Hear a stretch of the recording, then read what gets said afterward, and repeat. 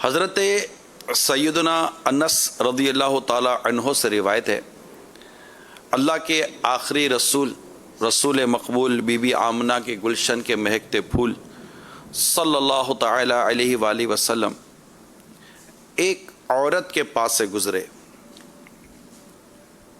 وہ ایک قبر کے قریب رو رہی تھی۔ آپ نے فرمایا اتق اللہ واصبری، یعنی اللہ پاک سے ڈر اور صبر کرو، اللہ پاک سے ڈرو اور صبر کرو۔ تو وہ عورت آپ کو پہچان نہ سکی، اس لیے کہا آپ مجھ سے دور ہو جائیں کیونکہ آپ کو میری مصیبت نہیں پہنچی۔ پھر جب اسے بتایا گیا کہ یہ تو اللہ کے آخری رسول صلی اللہ تعالی علیہ وآلہ وسلم ہیں، تو وہ فوراً رسول کریم صلی اللہ تعالی علیہ وسلم کے گھر پر حاضر ہوئی۔ وہاں دروازے پر کوئی دربان جس کو کہتے ہیں کہ کوئی ایسا شخص تو نہیں کھڑا تھا جو رو کے پوچھے کرے، ایسی کوئی چیز نہیں تھی۔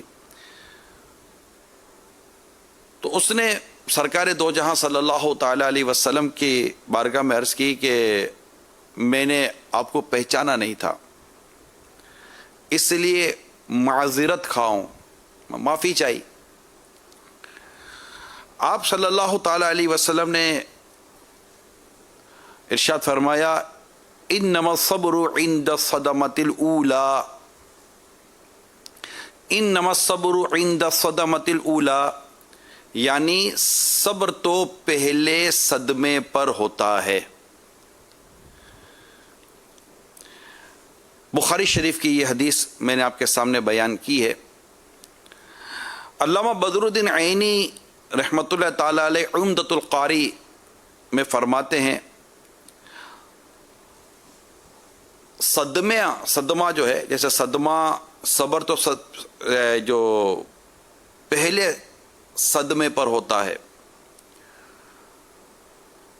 تو یہاں پر صدمے کی وضاحت کرتے ہوئے کہ صدمہ کسے کہتے ہیں، اس کو جیسے انگلش میں شاکنگ کہتے ہیں، شاکنگ نیوز کہتے ہیں صدماتی خبر۔ تو صدمے کا معنی کسی چیز سے ٹکر لگنے کے ہیں، کیونکہ مصیبت سے بھی دل کو ایک دھچکا لگتا ہے، اس لیے مصیبت کے اثر کو صدمہ کہتے ہیں۔ یہاں جو صبر بیان کیا گیا اس سے مراد صبر کامل ہے، جس پر ثواب دیا جاتا ہے، ورنہ مصیبت خواہ کتنی بڑی کیوں نہ ہو، آہستہ آہستہ صبر آ ہی جاتا ہے۔ کسی مصیبت پر اجر صبر جمیل اور حسن نیت ہی سے ہے۔ یہ عمدۃ القاری شرح بخاری کے تعلق سے میں نے تھوڑی سی وضاحت کی۔ اچھا، اب بات ہے اس عورت کے اس عمل کی کہ اس نے جو پہچانا نہیں، تو وہ اس پر مصیبت کا ایک غلبہ تھا، ایک صدمہ تھا جو نہ پہچان سکی۔ تو وہاں کوئی اس کی گرفت نہیں تھی کہ اسے پہچانا ہی نہیں تھا کہ میرے پاس رسول پاک صلی اللہ تعالی علیہ وآلہ وسلم تشریف لے آئے ہیں، کیونکہ میرے آقا صلی اللہ تعالی علیہ وسلم کو کون نہیں پہچانتا۔ اجنبی بھی پہچان لیتے ہیں، گلی سے گزرتے ہیں تو خوشبوئیں مہک جاتی ہیں رسول پاک صلی اللہ علیہ وسلم کے وجود مسعود سے۔ آپ کو کنکر، پتھر، جن و انس، چاند، تارے، سورج سب پہچانتے ہیں، مگر چونکہ اس عورت پر ایک صدمے کا غلبہ تھا، مصیبت اس پر اتری تھی، تو وہ اس حوالے سے پہچان نہ سکی تھی۔ تو پیارے اسلامی بھائیوں، صدمے پہنچتے رہتے ہیں، اور حدیث پاک جو بھی آپ نے سنی ہے کہ صبر تو پہلے صدمے پر ہوتا ہے۔ یہ نہیں کہ جو کچھ واویلا کرنا ہوتا ہے ہم پہلے واویلا کر لیتے ہیں، چیخو پکار کر لیتے ہیں، بہت سارا کہنا سننا کر چکے ہوتے ہیں. تو اب یہ صبر نہیں کہلاتا. صبر تو پہلے صدمے پر ہے. یعنی جب کبھی کوئی صدمہ آئے تو بندہ اسی وقت صبر کرے اور خاموشی اختیار کر لے، یعنی خاموش رہے. کوئی بے صبری والا جملہ زبان پر نہ لائے. حدیث پاک میں صبر اول صدمے پر ہوتا ہے، بعد میں صبر آ ہی جاتا ہے. یہ بھی بخاری شریف کی میں نے آپ کے سامنے حدیث بیان کی ہے. تو اس کو سمجھنا بہت ضروری ہے کہ جب ہم پر کوئی پریشانی آتی ہے، مصیبت آتی ہے، چاہے جان میں، مال میں، کاروبار میں، بیماری کے تعلق سے، جب بھی کوئی اس طرح کے ہمارے ساتھ کو واقعات آتے ہیں تو بندہ صبر کرے اور خاموش رہے، اول فل نہ بکے، بے صبری والی بات نہ کرے، چیخنا چلانا پیٹنا اور بہت سارے ایسے کام ہیں کہ وہ بندیاں عموماً کر گزرتے ہیں، اور اس سے صبر تو نہیں ہوتا بلکہ بعض اوقات وہ صورتیں اختیار ہو جاتی ہیں جس سے وہ گناہگار بھی ہوتے ہیں. تو آج کے اس حالات اور واقعات میں جہاں پر حقیقتاً پریشانیاں بڑھتی ہی چلی جا رہی ہیں، معاشرتی طور پر، دنیاوی حالات کے طور پر دیکھے جائیں، مارکیٹ بازار کے حالات دیکھے جائیں، بہت ساری چیزیں ہیں. بجلی چلی جاتی ہے تو اب یہ بھی ایک مصیبت ہے، پریشانی ہے. تو صبر کریں. آج کل گرمی بہت ہے، آج کل گرمی، واقعی گرمی بہت ہے، اور ٹھیک ٹھاک گرمی ہے، اور بعض شہروں میں تو واقعی گرمی ہے. لیکن کیا آپ گرمی کے تعلق سے بے صبری کریں گے تو کیا وہ گرمی سردی میں بدل جائے گی؟ اگر آپ بار بار کہیں گے گرمی ہے، ایک ٹیمپریچر نیچے آیا، گرمی ہے 2 ٹیمپریچر نیچے آیا، گرمی ہے 3 ٹیمپریچر نیچے آیا، تو جناب پتہ چلا 40 سے 3-5 دفعہ گرمی کا تو وہ 35 ہو گیا. ایسا تو نہیں ہے. الٹا آپ کو گرمی کا احساس بڑھتا چلا جائے گا اور وہ آپ کی پریشانی میں اضافہ کرے گی. تو نہیں اس کا کوئی حل سوائے اس کے کہ آپ صبر کریں. تھوڑی دیر کے بعد یار بہت پسینہ آ رہا ہے، بہت پسینہ آ رہا ہے، بہت پسینہ آ رہا ہے، بہت گرمی ہے، بہت گرمی ہے. تو پسینہ آ رہا ہے تو گرمی میں تو پسینہ آتا ہے، گرمی میں بندہ کانپتا تھوڑی ہے، گرمی میں ٹھٹھرے گا تھوڑی کہ وہ بہت گرمی ہے، بہت گرمی ہے. وہ تو سردی میں ہوتا ہے. گرمی میں تو پسینہ آتا ہے، گرمی میں تو چیزیں ہو رہی ہوتی ہیں. یعنی ہماری طبیعتوں میں نا بولنا برائے بولنا ہے. پھر اگر کوئی سر کا درد ہے تو بار بار یا سر میں بہت درد ہے، تھوڑی دیر کے بعد سر میں بہت درد ہے. اچھا نیند نہیں ہوئی ہے رات کو، ہر تھوڑی دیر کے بعد یار رات کو نیند نہیں ہوئی، یار رات کو نیند نہیں ہوئی. اچھا 4 دفعہ کہنے کے بعد کیا اب دماغ کا سر درد صحیح ہو گیا؟ کیا نیند اب پوری ہو گئی؟ 6 دفعہ کہنے کے بعد تھکن اتر گئی، آپ کا اسٹیمنا بڑھ گیا؟ کیا ہوا؟ کچھ نہیں. ہم بس شکوہ شکایت بولنا برائے بولنا ہوتا ہے. بیماری ہے تو پھر بار بار اپنی بیماری کا تذکرہ کرتے رہیں گے. حسب ضرورت موقع، محل، مقام وغیرہ کے متعلق سے جس کے متعلق امیر علیہ سنت ہمارے کئی دفعہ مدنی مذاکروں میں، بیانات میں اصلاح فرماتے رہتے، تربیت فرماتے رہتے ہیں، جو ماشاءاللہ مدنی چینل دیکھنے والوں کے لیے یہ کوئی بات ڈھکی چھپی نہیں ہے. لیکن اب جیسے معاشی مسائل ہیں تو فوراً بار بار، یعنی جیسے دکان پہ بیٹھے ہوئے ہیں، اب گاہک نہیں آ رہا، کاروبار کا مسئلہ ہے، کوئی بھی مسئلہ، ہر آنے والے سے، ہر دوست دیار سے، ہر جان پہچان والے سے اپنے کاروبار کا کمی کا، وہ تنخواہ کے تعلق سے، تو آمدنی کے تعلق سے، تنگ دستی کے تعلق سے، یعنی ہم رونا دھونا ہی کرتے ہیں. ہم سمجھ نہیں رہے ہوتے کہ آخر یہ پریشانی، یہ مصیبت جو ہم پر آتی ہے اس کے اندر کتنی ہمارے لیے بھلائیاں بھی چھپی ہوئی ہوتی ہیں. جب تک ہم مصیبتوں اور پریشانیوں کی ان حکمتوں کو اور اس کے فوائد کو نہیں سمجھیں گے تو شاید ہو سکتا ہے کہ ہمارے لیے اتنا آسان نہ رہے. میں آپ کے سامنے چند حدیثیں بیان کرتا ہوں. حضرت ابو ہریرہ رضی اللہ تعالیٰ عنہ سے روایت ہے کہ اللہ کے آخری نبی محمد عربی صلی اللہ تعالیٰ علیہ وسلم نے ارشاد فرمایا، اللہ تعالیٰ جس کے ساتھ بھلائی کا ارادہ فرماتا ہے تو اسے تکالیف میں مبتلا فرماتا ہے. دوسری حدیث، مسلمان کو جو تکلیف، رنج، ملال، اذیت، غم پہنچے، یہاں تک کہ اس کے پیر میں کوئی کانٹا ہی چبھے، تو اللہ کریم ان کے سبب اس کے گناہ مٹا دیتا ہے۔ اب دیکھیں میرے سامنے سورۃ الجنان ہے، پہلی جلد، سورہ بقرہ کی آیات کے تحت اس میں جو حدیثیں نقل کی گئی ہیں کہ مسلمان کو جو تکلیف، رنج و ملال اور اذیت و غم پہنچے، یہاں تک کہ اس کے پیر میں کوئی کانٹا ہی چبھے، تو اللہ کریم ان کے سبب جو تکلیف اس کو آئی ہے، جو رنج غم ملال اور جو آئی، ان کے سبب اس کے گناہ مٹا دیتا ہے۔ ایک اور حدیث سنیے، مسلمان مرد اور عورت کے جان و مال اور اولاد میں ہمیشہ مصیبت رہتی ہے۔ اللہ اللہ، کیا فرمایا؟ مسلمان مرد اور عورت کے جان و مال اور اولاد میں ہمیشہ مصیبت رہتی ہے، یہاں تک کہ وہ اللہ تعالیٰ سے اس حال میں ملتا ہے کہ اس پر کوئی گناہ نہیں ہوتا۔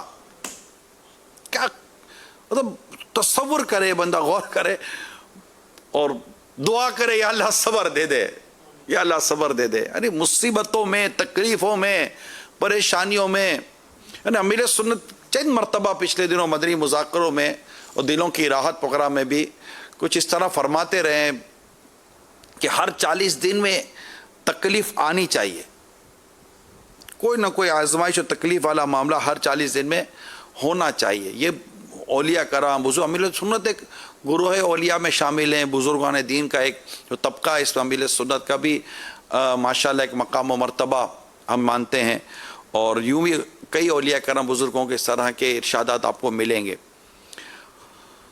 تب آپ کی جان میں، آپ کی مال میں، آپ کی اولاد میں، آپ کے کاروبار میں، دیگر چیزوں میں جو اس وقت آپ جو تصور کریں مصیبت ہے، پریشانی ہے، گھر بار کے تعلق سے ہے، تو بے صبری کرنے کے بجائے اپنے ان معاملات پر غور کریں اور ان حدیثوں کو سامنے رکھیں۔ پیارے آقا صلی اللہ تعالی علیہ وسلم نے ارشاد فرمایا، قیامت کے روز جب مصیبت زدہ کو، جس کو مصیبت پہنچی، جو مصیبت والے ہیں، لوگوں کو جب ثواب دیا جائے گا قیامت کے روز، تو آرام و سکون والے تمنا کریں گے کاش دنیا میں ان کی کھالیں کینچیوں سے کاٹی گئی ہوتی۔ میں بھی مانتا ہوں کہ یہ بیان کی حد تک تو ہے، میں نے بیان کر دیا، حدیث سنا دی، مگر یہ ہے تو اہم بات نا۔ اللہ تعالیٰ ہمت اور صبر بھی دے، اس کی رضا پر راضی رہنے کی توفیق دے، اور آزمائشوں اور آفتوں مصیبتوں سے اللہ تعالیٰ ہمیں اپنی امان میں رکھے، ہمیں دنیا اور آخرت کی بھلائیاں اللہ تعالیٰ نصیب فرمائے۔ لیکن آپ دیکھیے کہ قرآن کریم میں ہم پڑھتے ہیں کہ وَلَنَبْلُوَنَّكُمْ بِشَيْءٍ مِّنَ الْخَوْفِ وَالْجُوعِ وَنَقْصٍ مِّنَ الْأَمْوَالِ وَالْأَنفُسِ وَالثَّمَرَاتِ وَبَشِّرِ الصَّابِرِينَ، اور ہم ضرور تمہیں کچھ ڈر اور بھوک سے اور کچھ مال اور جان اور پھلوں کی کمی سے آزمائیں گے، اور صبر کرنے والوں کو خوشخبری سنا دو۔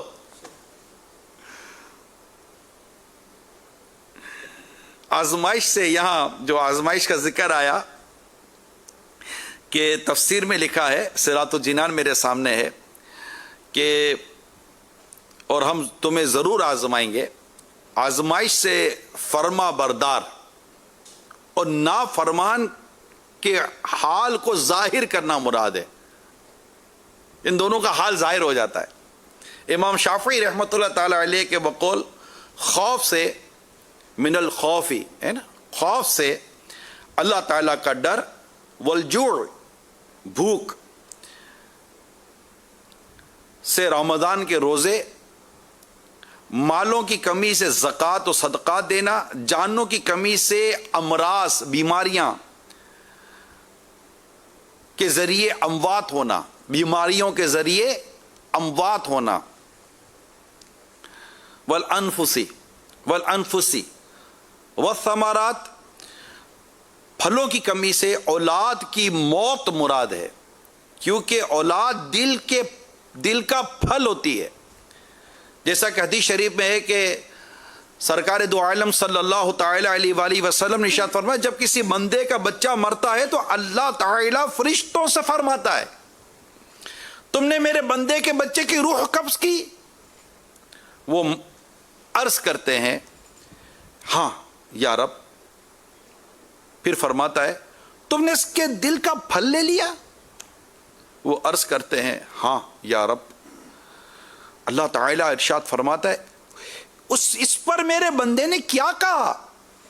فرشتے عرض کرتے ہیں اس نے تیری حمد کی، اس نے تیری حمد کی، تیری تعریف بیان کی. اور انا للہ و انا الیہ راجعون پڑھا. اللہ تعالیٰ فرماتا ہے اس کے لیے جنت مکان بناؤ، اس کا نام بیت الحمد رکھو. یہ مصیبت پر صبر کرنے والے کتنا ان کے لیے انعام ہے، اکرام ہے، اعزاز ہے. اب زندگی ہے نا یہ قدم قدم پر آزمائش ہیں، قدم قدم پر آزمائش ہیں. اور ویسے ہی ہماری بھی طبیعت عجیب ہے. ہم ہیں کس حال میں خوش؟ گرمی ہے تو گرمی زیادہ، سردی ہے تو سردی زیادہ، پیسہ زیادہ آ جائے تو لوٹ جانے کا اور چھین جانے کا اور دیگر خوف، تو جناب غربت ہے تو اور تکلیف، تو فلاں ہے تو اور تکلیف، تو اولاد ہے تو اولاد کے بعد تکلیف، نہیں ہے تو نہ ہونے کی تکلیف. وہ اسکول میں ایک سبق پڑھا تھا انسان کسی حال میں خوش نہیں رہ سکتا. ہم جیسے لوگ واقعی ہیں کم خوش. اچھا کچھ راحتیں اور نعمتیں، کچھ تو نہیں کہوں گا، اللہ کی کرم نوازی ہے ہم پر، نعمتیں، راحتیں اور آسانیاں یہ زیادہ ہیں. اس وجود کا ہی خیال آپ دیکھ لیں، 5 فٹ 6 فٹ 7 فٹ جتنے کے بھی آپ کا قد ہے، آپ کے جتنے بھی اعضائے بدن ہیں، پارٹ آف باڈیز، اس پہ دیکھیں کہ تکالیف والے حصے زیادہ ہیں یا بے تکلیف والے حصے زیادہ ہیں. آپ کی اولاد ہے 4 یا 5 یا 6 اولادیں ہیں، تو اولاد زیادہ اولاد تنگ کر رہی ہے یا اولاد میں سے 1 یا 2 تنگ کر رہے ہیں؟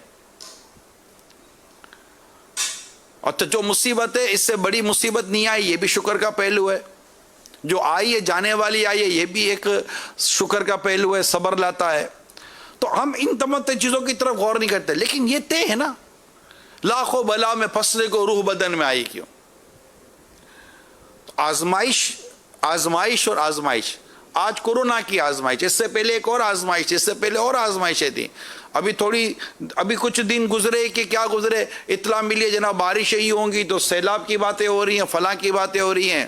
جناب یہ آگے جا کر ابھی تو معیشت کا کوئی تو مسئلہ ہی کوئی نہیں ہے، آگے جا کر دیکھو کیا ہو جاتا ہے. تو جناب مارکیٹیں یوں ہو جائیں گی، تو قرض یوں بڑھ جائیں گے، تو فلاں یہ ہو جائے گا، فلاں یہ ہو جائے گا. بس ڈرا ہی رہی ہے قوم، ڈرا ہی رہی ہے.